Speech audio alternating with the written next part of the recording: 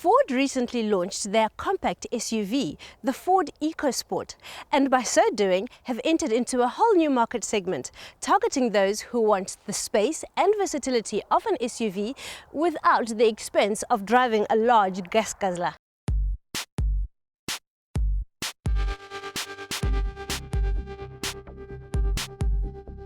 We were given the 1.5 Ambiente to test and thought we'd do something a little different.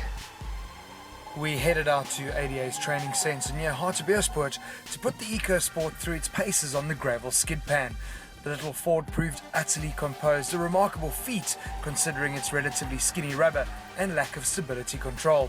The chassis is set up to provide fail-safe and predictable understeer even when driven to extremes. Well, that was a lot of fun. Clearly, the Ecosport is not as ungainly as it looks, and even as you're whipping through the corners, it's actually a very safe drive. But before we give it the complete thumbs up, let's go out on the road and see how it actually fares on the tar. The Ecosport is likely to spend most of its time on the urban commute, but we also wanted to know how it fares on the open road. It's actually not a bad drive. It's comfortable. The only thing it lacks is the power. Just wish it had a little bit more power.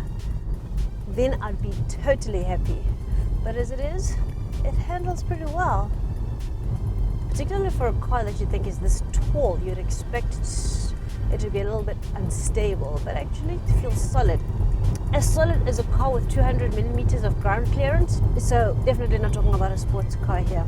I just keep looking for 6th gear. I don't understand why manufacturers still make cars with 5 gears, particularly a car, well, it's not a bakkie.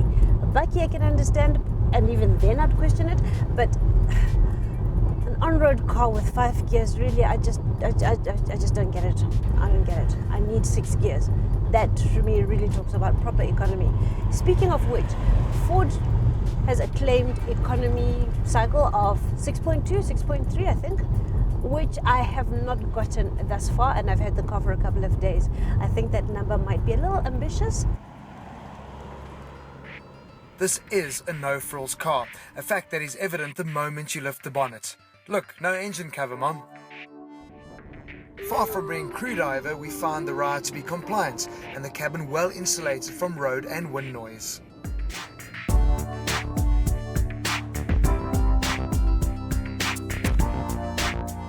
The instrument panel and the general layout is typical to Ford, so there's nothing new about that. And because this is a basic or entry-level model, you don't have too many gizmos. What you do have is loads of room, both in the front and at the back, while the seats are covered in a durable-looking fabric which should be easy to clean. This pragmatic approach extends to the materials used elsewhere in the cabin, which, although no tactile delight, appear to be hard-wearing. Bearing in mind that this is the entry-level model, there isn't much in the way of comfort and convenience features, but you do get front electric windows, aircon, and a radio CD player. The Ford Ecosport, in my opinion, is most likely to appeal to young families and perhaps even empty nesters. It has a lot of space on the inside and many places to put away little knickknacks. And of course, my favorite, I know it's a cup holder, but it's actually a perfume holder.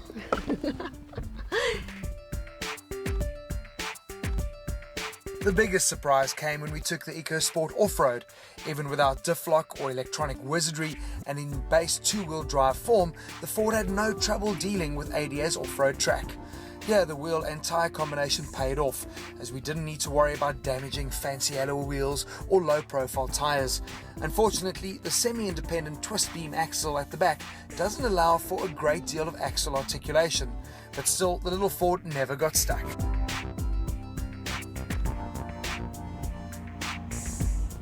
A little underpowered for my liking on-road, but surprisingly capable off-road. To be honest, I think the 1-litre EcoBoost will do much better than the 1.5. But then again, only time will tell.